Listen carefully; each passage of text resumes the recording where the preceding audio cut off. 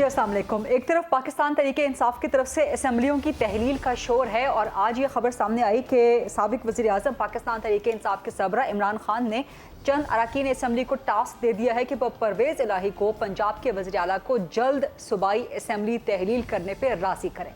इसका एक मतलब तो ये निकलता है साफ साफ वाज़ेह तौर पर कि परवेज़ इलाही सेम पेज पे नहीं है इमरान खान के साथ और पंजाब असम्बली की तहलील के लिए वो राज़ी नहीं हो रहे। हमने पहले दिन से खबर दे दी थी जबकि इमरान खान की परवेज़ इलाही से मुलाकात नहीं हुई थी कि परवेज़ इलाही असम्बलियाँ तोड़ने के लिए राज़ी नहीं हैं। ना आज राज़ी हैं, ना 4 महीने बाद, ना 6 महीने बाद। वो चाहते हैं कि पंजाब असम्बली अपनी पूरी मुद्दत पूरी करे और पंजाब असम्बली की मुद्दत तक परवेज़ इलाही वज़ीर आला पंजाब रहें। बहरहाल एक तरफ तो पाकिस्तान तहरीक इंसाफ और मुस्लिम लीग काफ के दरमियान परवेज़ इलाही के दरमियान ये डेडलॉक सामने आ गया है और इस डेडलॉक का नतीजा क्या निकलता है ये बहुत इंटरेस्टिंग होगा आने वाले चंद हफ्तों में। लेकिन इस सारी सियासी गहमा गहमी के दौरान एक बार फिर पाकिस्तान तहरीक इंसाफ के और हुकूमत के मुज़ाकरात होने की खबर सामने आ गई है। आज ये खबर सामने आई कि प्रेसिडेंट आरिफ अलवी की फाइनेंस मिनिस्टर इसहाक डार साहब से मुलाकात हुई है। इससे पहले भी चंद मुलाकातें हुई और उन मुलाकातों में आगे बढ़ने का एक फ्रेमवर्क जो है डिवाइस करने पे भी गुफ्तगू की गई। नए इलेक्शंस के हवाले से भी कि इमरान खान अपने मुतालबे से कितनी लचक दिखा सकते हैं, पीडीएम की हुकूमत कितना पीछे हटने को तैयार है। बहरहाल ये एक बड़ी प्रॉमिसिंग, एक बड़ी खुश आइंद डेवलपमेंट है कि प्रेसिडेंट की फाइनेंस मिनिस्टर के साथ मुलाकात हुई है। लेकिन एक तरफ इमरान खान सूबाई असम्बलियाँ तहलील करने का दबाव डाल के हुकूमत के साथ मुज़ाकरात न करने की बातें कर रहे हैं, लेकिन साथ साथ पैरेलल ये भी चीज़ चल रही है कि मुज़ाकरात के लिए मुलाकातें बहरहाल हो रही हैं। सो इन मुज़ाकरात का नतीजा क्या निकलेगा, क्योंकि इस वक्त पाकिस्तान में मईशत की हालत कोई बहुत प्रॉमिसिंग, कोई बहुत अच्छी नहीं है। सो क्या इलेक्शंस मईशत की सूरत हाल को संभाल सकते हैं या इलेक्शन के मुतालबे से पीछे हट के एक पॉलिटिकल स्टेबिलिटी ला के इकॉनमी को संभाला जा सकता है? ये एक बड़ा अहम सवाल है। दूसरा कि इन मुलाकातों में से, इन मुज़ाकरात में से नतीजा क्या निकलेगा और क्या कोई एक वर्किंग रिलेशनशिप इमरान खान के दरमियान, वज़ीर आज़म शहबाज शरीफ के दरमियान, बिलावल भुट्टो ज़रदारी के दरमियान, क्या इस ट्रायंगल में एक working relationship device and develop हो सकती है या नहीं हो सकती? इन द मीन टाइम ये भी बड़ी खबर सामने आई कि नवाज शरीफ जनवरी में पाकिस्तान वापस आ रहे हैं। क्या इस दफ़ा नवाज शरीफ की वापसी की तारीख हतमी है या ये भी पहले की तारीखों की तरह तारीख पे तारीख ही है? और अगर नवाज शरीफ वापस आ जाते हैं तो उसका पाकिस्तान की सियासत पे और इमरान खान की सियासत पे क्या असर होगा, ये सवाल भी करेंगे। प्लस आज इलेक्शन कमीशन ऑफ पाकिस्तान ने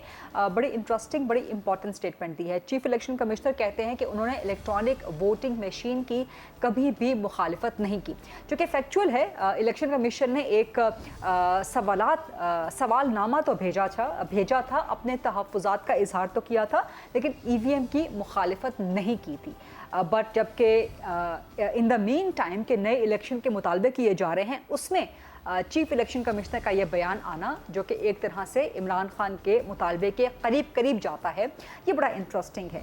लेकिन साथ ही इलेक्शन कमीशन ये भी कहता है कि जब तक नई हल्का बंदियाँ नहीं हो जाती उस वक्त तक इलेक्शंस में जाना मुमकिन नहीं है। पाकिस्तान तहरीक इंसाफ इस बयान को किस तरह देखती है, ये वो बड़े इंपॉर्टेंट मैटर्स हैं जिन पे आज हम प्रोग्राम में डिबेट करेंगे, गुफ्तगू करेंगे। प्रोग्राम के फ्लोर को डिबेट, डिस्कशन, क्वेश्चन आंसर्स के लिए ओपन करते हैं। सबसे पहले मेरे साथ मौजूद है पाकिस्तान तहरीक इंसाफ के मरकज़ी सरकर्दा रहनुमा मुस्ताफ़ी MNA है कराची से, आलमगीर खान साहब वो ज्वाइन कर रहे हैं, और मुस्लिम लीग नून की मरकज़ी सरकर्दा, बड़ी ज़बरदस्त, बड़ी दबंग तर्जुमान है अस्मा बुखारी साहिबा, पंजाब से इनका ताल्लुक है, MP हैं वहाँ से, वो ज्वाइन कर रहे हैं। थोड़ी ही देर में पाकिस्तान पीपल्स पार्टी से भी हमें ज्वाइन कर लेंगे। लेकिन आलमगीर खान साहब, सूबाई असम्बलियाँ आप लोगों की पंजाब KP तहलील तो होने नहीं जा रही, परवेज़ इलाही कम अज़ कम पंजाब के लिए किसी तौर पर राज़ी नहीं है, तो इसका मतलब सीधा सीधा यही लिया जाए कि परवेज़ इलाही सेम पेज पे नहीं है, इमरान खान के साथ डेडलॉक में है? नहीं, ऐसा हरगिज नहीं है। इस वक्त मुशावरती अमल जारी है। हम अपने MPs से भी मिल रहे हैं, अपनी सूबाई जो काबीना है उनसे भी खान साहब मिल रहे हैं, और परवेज इलाही ऑन रिकॉर्ड है, वो कह चुके हैं कि मैं इसका इख्तियार इमरान खान को दे चुका हूँ और 1 मिनट नहीं लगाएंगे। लेकिन उसके तरीक़ेकार पर मुशावरत जारी है। आपने देखा जब नेशनल असेंबली में भी हम इस्तीफे दे रहे थे तो मुशावरती अमल में दीगर MNAs की राय थी कि इस वक्त हमें इस्तीफे नहीं देने चाहिए, बल्कि उसके अगेंस्ट एक राय थी। लेकिन जब फैसला हुआ तो सब ने इमरान खान के फैसले पर लबैक किया। 127 इस्तीफे सामने आए। इसी अंदाज में इस वक्त इमरान खान साहब तमाम MPA से, वो चाहे KPK के हो, पंजाब के हो, इनसे मिल रहे हैं, इनका इनपुट ले रहे हैं और फैसला इमरान खान का है। और ये मैं एक और चीज वाजे कर दूं, इस वक्त अगर कोई MNA MPA इमरान खान के फैसले के से इख्तिलाफ करेगा तो अवाम में उसको बहुत मुश्किलात होगी। जो इख्तिलाफ करेगा अवाम नहीं लेकिन छोड़ेगी। लेकिन ये आप PTI के अपने MPS के बारे में, MNAs के बारे में तो कह सकते हैं ना, काफली के बारे में तो नहीं कह सकते। वो तो आप लोगों के पाबंद नहीं है ना, वो तो अवाम में जा सकते हैं, वो अपना फैसला करने के इंडिपेंडेंट है। हमारा साथ दिया, हमने इनका साथ दिया, एक अच्छा रिश्ता है हमारा इनसे। और मैं फिर से कहूँ, जो चीज ऑन रिकॉर्ड है उसको तो ज़ेरे बहस या मद्देनजर रखे ना कि उन्होंने कहा कि इख्तियार खान साहब को दे दिया है। मुशावरत जारी है हमारी, उनकी भी राय है, हमारी भी राय है। इन द एंड जो फैसला होगा मेरा ख्याल है उस पर बहस की जाए तो बेहतर है। आलमगीर खान साहब, आप ठीक कह रहे हैं, आप डिफेंड कर रहे हैं अपनी पार्टी को, लेकिन प्रॉब्लम ये है कि चीज़ें इतनी सीधी नहीं हैं।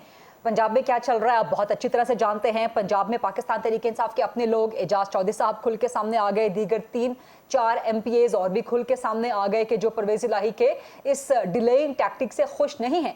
और ये this is an open secret now कि परवेज़ इलाही असेंबली नहीं तोड़ना चाहते। वो मीडिया पर वो ऑन रिकॉर्ड स्टेटमेंट जरूर दे रहे हैं कि जी इख्तियार इमरान खान का है, बट अल्टीमेटली तोड़नी इमरान खान ने तो नहीं है ना, तोड़ने तो वज़ीर आला पंजाब ने एडवाइस करनी है, तो उस पर टूटनी है assembly.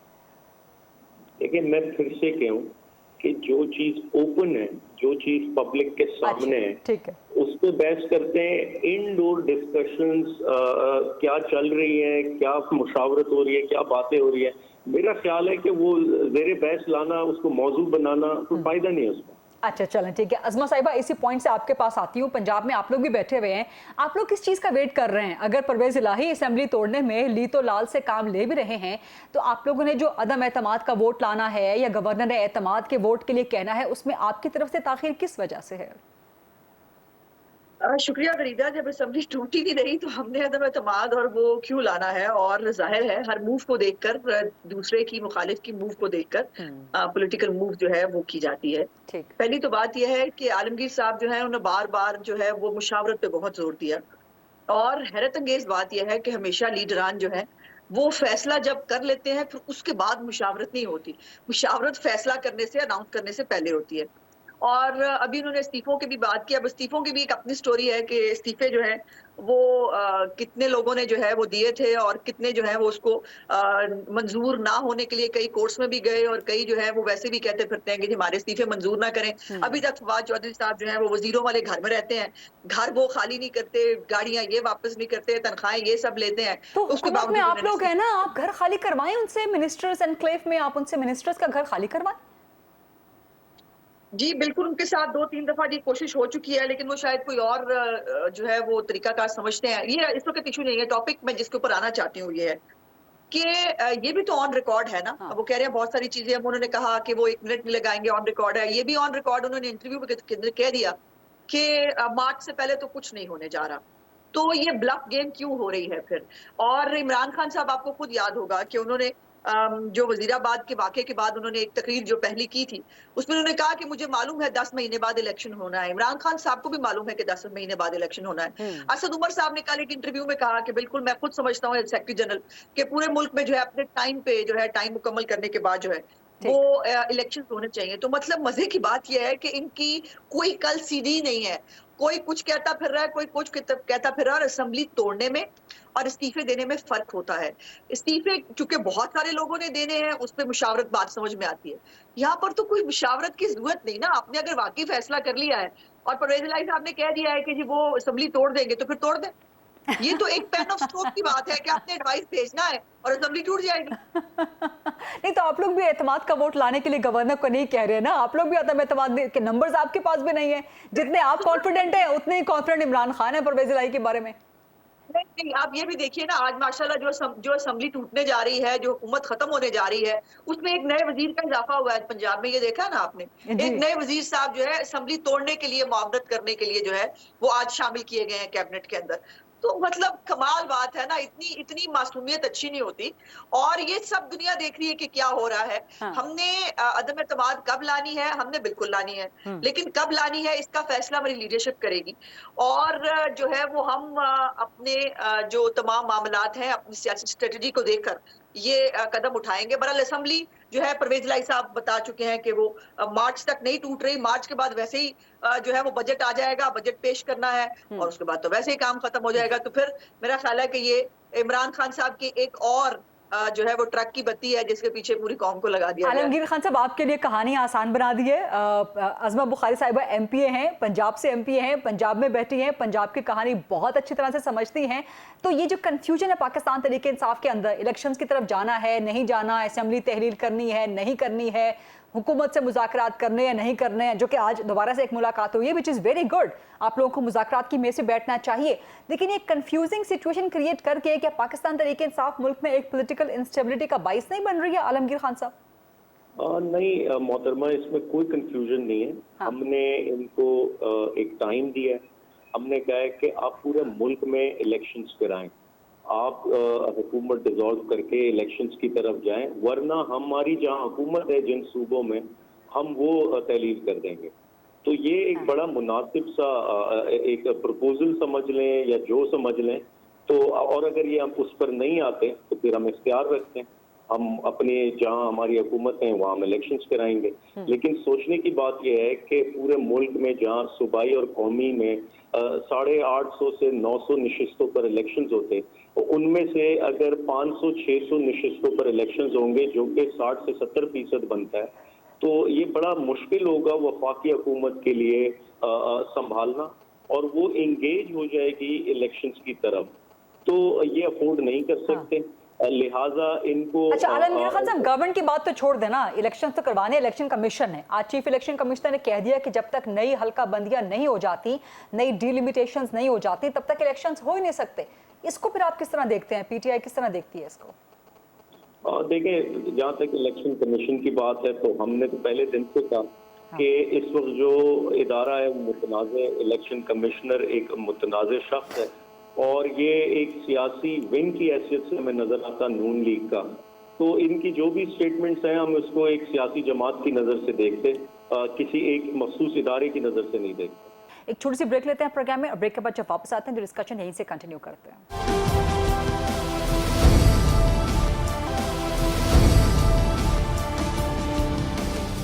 Ji welcome back after the break. Programme में आज मौजूद है आलमगीर खान साहब पाकिस्तान तहरीक इंसाफ के, अज़मा बुखारी साहिबा मुस्लिम लीग नून की।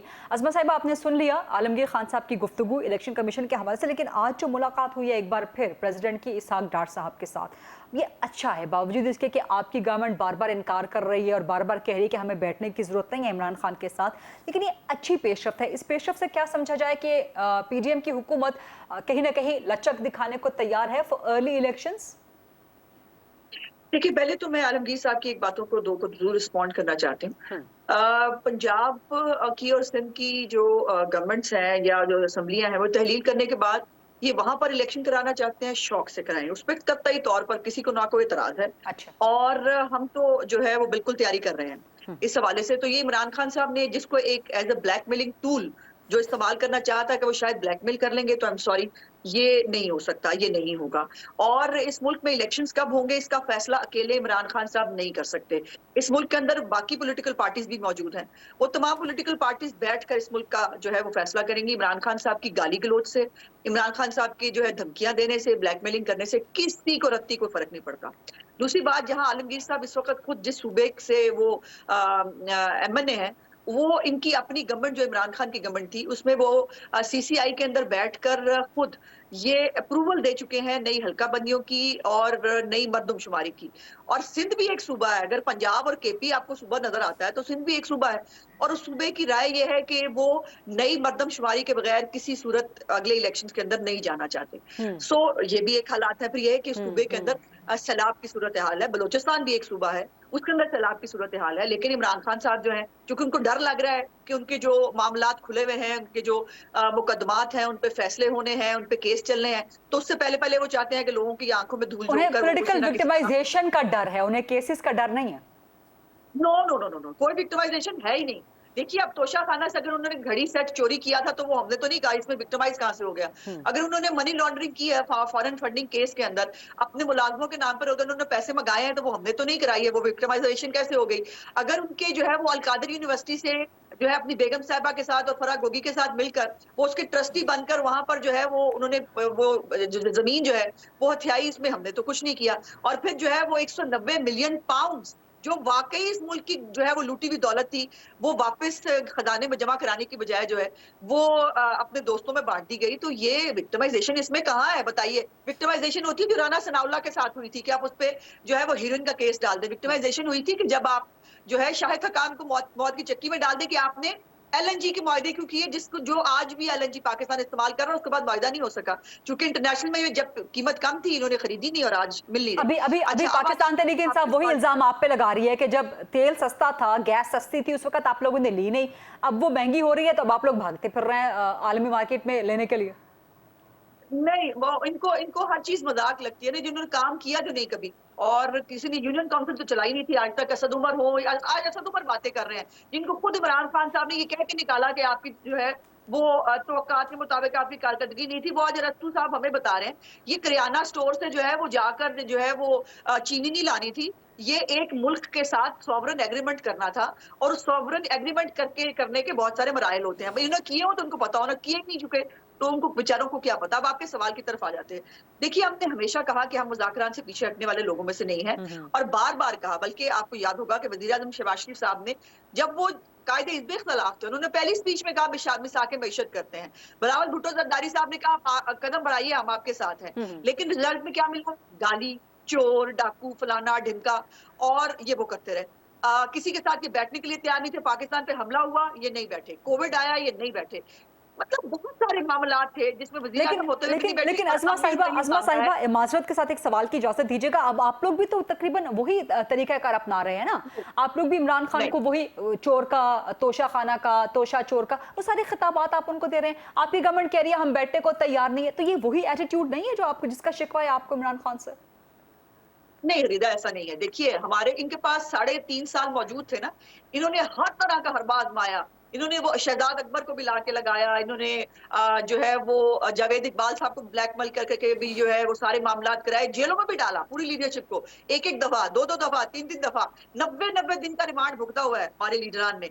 और उसके बावजूद ये एक भी चीज साबित नहीं कर सके। वो आप किसी का भी केस खोल के देख लीजिए, जो जमानतों पे गए, एहसन इकबाल हो, साद रफीक साहब हो, शहबाज शरीफ साहब का केस होगा, हमजा साहब का केस, उनमें आला अदालतों ने कहा कि विक्टिमाइजेशन, मरियम नवाज का केस बहुत बड़ी एग्जाम्पल है। जरा वो केस कभी किसी वक्त कोई पढ़े तो पता चले कि उस केस में मियां नवाज शरीफ साहब के साथ और मरियम बीबी के साथ किया क्या गया था।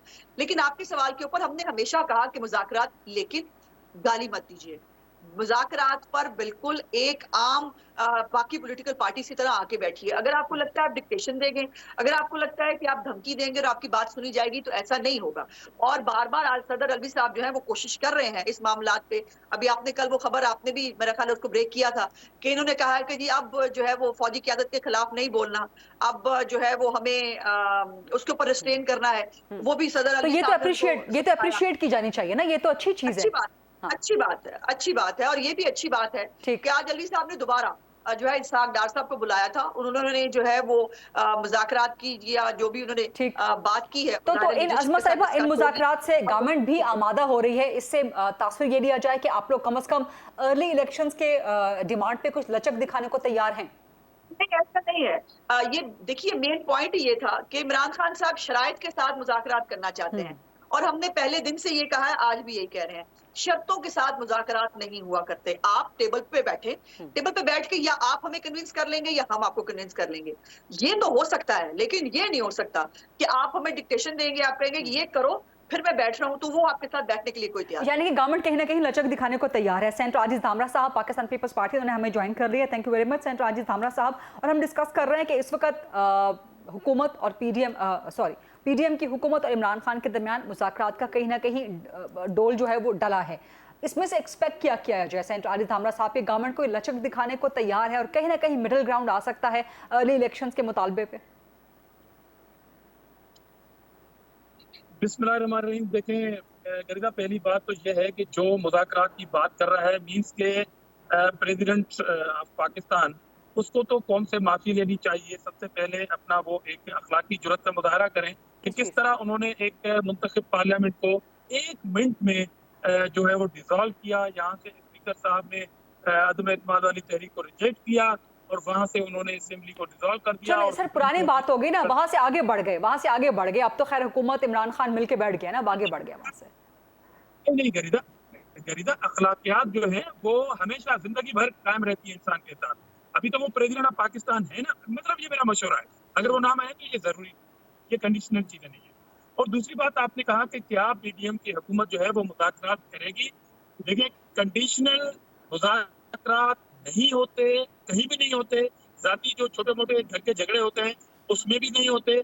हम सियासी लोग हैं, हम दानिशमंद लोग हैं और पीडीएम के अंदर तमाम पॉलिटिकल पार्टीज ने मारे खाई हुई हैं। उनको एहसास है कि मुल्क को बुरानों से किस तरह निकाला जाता है, किस इतिहाद के साथ निकाला जाता है। तो हमने तो अभी उस्मान ने आपको बताया कि पहले भी कहा था कदम बढ़ाओ इमरान खान, हम तुम्हारे साथ हैं। हमने ये सारी चीजें मशवरे पहले भी दिए थे, नहीं मानेंगे।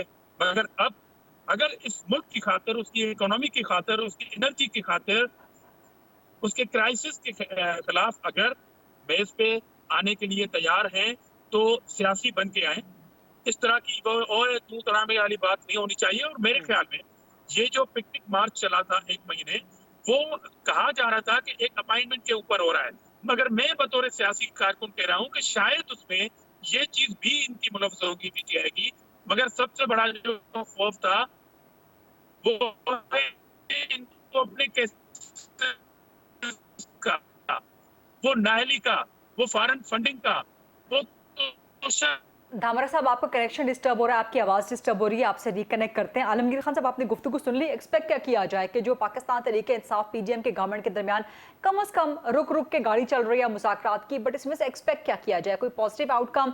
पाकिस्तान तहरीक इंसाफ कुछ अपने मुतालबे में हल्की सी लचक दिखाने को तैयार है, या जिस तरह पीडीएम के अंदर एक मिसट्रस्ट है कि मुज़ाकरात भी हो रहे हैं, फिर साथ में गालियां दी जाती हैं, फिर मुज़ाकरात को दरमियान में रुकावट डालने की कोशिश पाकिस्तान तहरीक इंसाफ की तरफ से की जाती है, जो पीडीएम को एक मिसट्रस्ट है, इसको कैसे एड्रेस करेंगे आलमगीर खान साहब?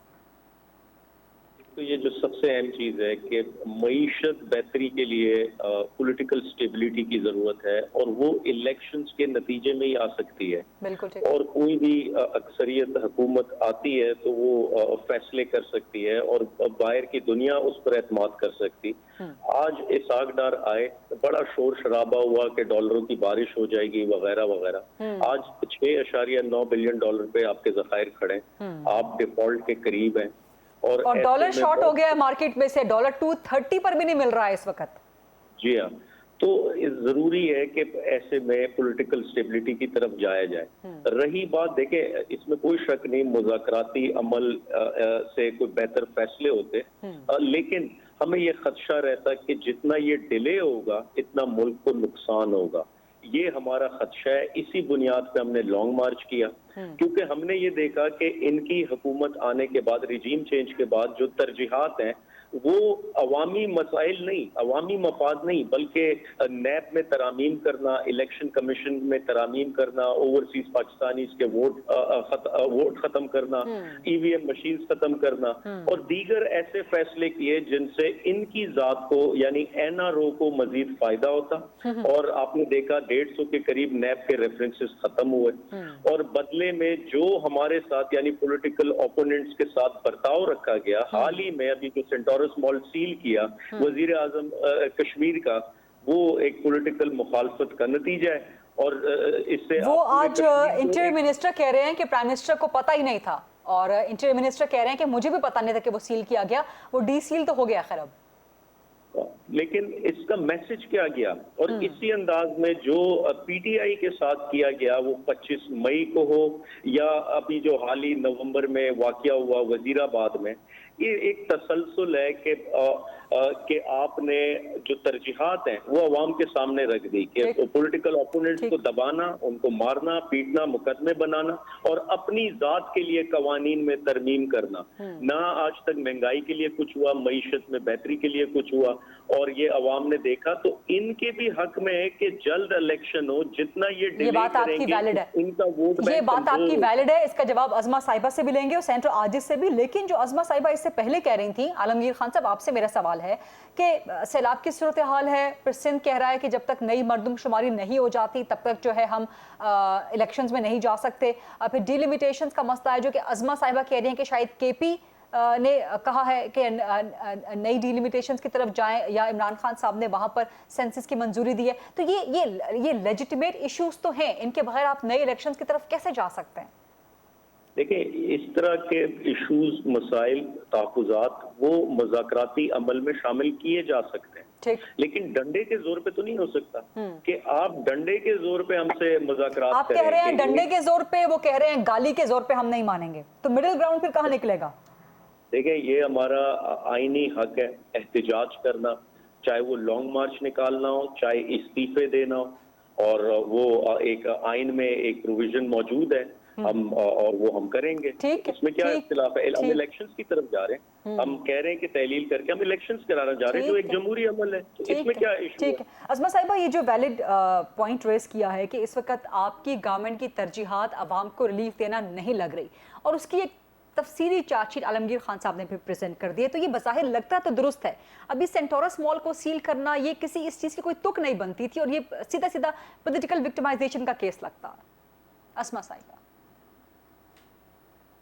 देखिए गरीदा, पहले तो कश्मीर की बात कर देते हैं। एक ऐसे वजीर आजम साहब जिनको कहा जाता है कि वो आम हालात में भी ज़हनी तौर पर नॉर्मल नहीं होते। अब मैं उसकी डिटेल्स में नहीं जाना चाहती।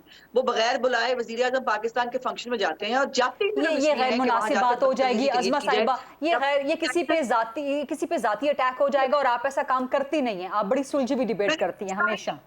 मैंने क्या कहा गरीदा, मुझे बात पूरी करनी चाहिए। जब एम्बेसडर्स वहां बैठे हुए हैं, जब एक प्रोग्राम हो रहा है, तो एक इखलाकी तरीकाकार भी है, कानूनी तरीकाकार भी है वजीर आजम से मिलने का। और वजीर आजम से मिलकर आपके कोई जो है वो शिकायत है, कोई प्रॉब्लम्स है, वो आप डिस्कस कर लीजिए, ये तरीका होता है। लेकिन आपका जब प्रोग्राम ये हो कि आपने सबोटाज करना है, वो आपने किया, आपने अपनी तरबियत दिखा दी।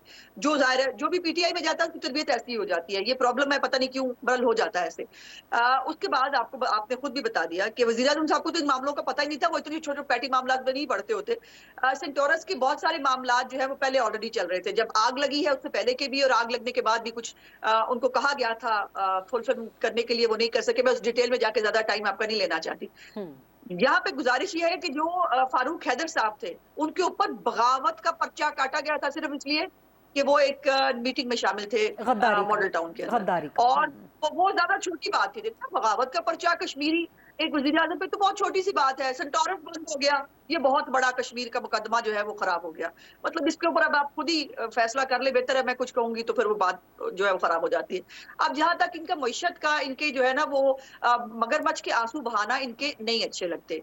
आप जिन्होंने इस मुल्क को श्रीलंका बनाने की पूरी कोशिश की, ना सिर्फ कोशिश की बल्कि उसके ऐलान भी किए। आप जो है वो खुद शेख रशीद साहब ने भी कहा हम बारूदी सुरंगे बिछा के गए हैं, ये हुकूमत करके दिखाएं।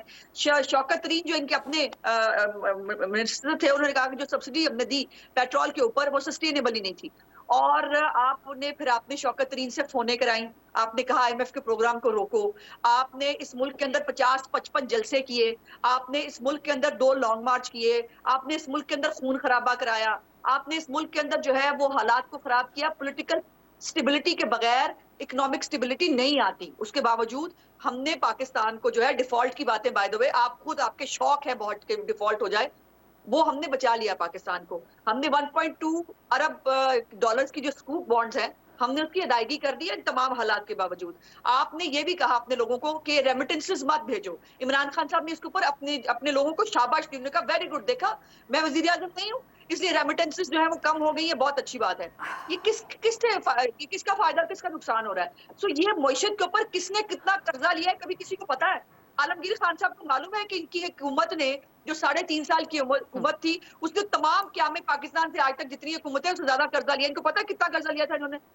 इनको ये मालूम है कि आपके दौर के अंदर जो है वो बैरूनी सरमायाकारी में कितनी कमी हुई? आपको ये मालूम है कि आपने सीपैक बंद करा दिया था? आपको ये मालूम है कि आपने तिजारती खसारा कहां तक पहुंचा दिया था? तो ये जो आज मईशत के जो है ना, वो हमें ताने ना मारे, अपने आप से पूछे। और आज भी आप बाज नहीं आ रहे, आज भी आप पाकिस्तान को डिरेल करना चाहते हैं, आज भी पाकिस्तान के लिए अगर कोई अच्छा करना चाहते हैं आप उसके रोड़े लटका रहे हैं। और आप चाहते हैं कि मुझे या तो ले आओ हुकूमत के अंदर, वरना फिर वो इमरान खान से बता चुके हैं खुदा ना खास्ता पाकिस्तान ठीक के है। साथ क्या क्या हो जाए, ठीक। उन्हें फर्क नहीं ठीक। पड़ता। अज़मा साहिबा, एक थोड़ी सी ब्रेक का वक्त हुआ है। अज़मा साहिबा ने अपनी तरफ का पॉइंट ऑफ व्यू दे दिया, लेकिन सवाल फिर जनरेट होता है कि पीडीएम की हुकूमत को 8 महीने हो गए हैं। ये सवाल करेंगे सेंटर आजिज धामरा साहब से ब्रेक से वापस आने के बाद कि क्या अभी भी 8 महीनों के बाद भी या अगले 8 महीनों के बाद, 1 साल बाद भी इमरान खान को ही दोष देना, पाकिस्तान तरीके इंसाफ को ही जिम्मेदार ठहराना मईशत के हवाले से, क्या पीडीएम का यही वतीरा रहेगा? सेंटर आजिज धामरा से सवाल करेंगे। आलमगीर खान साहब, अस्मा बुखारी साहिबा मौजूद हैं। Stay with us.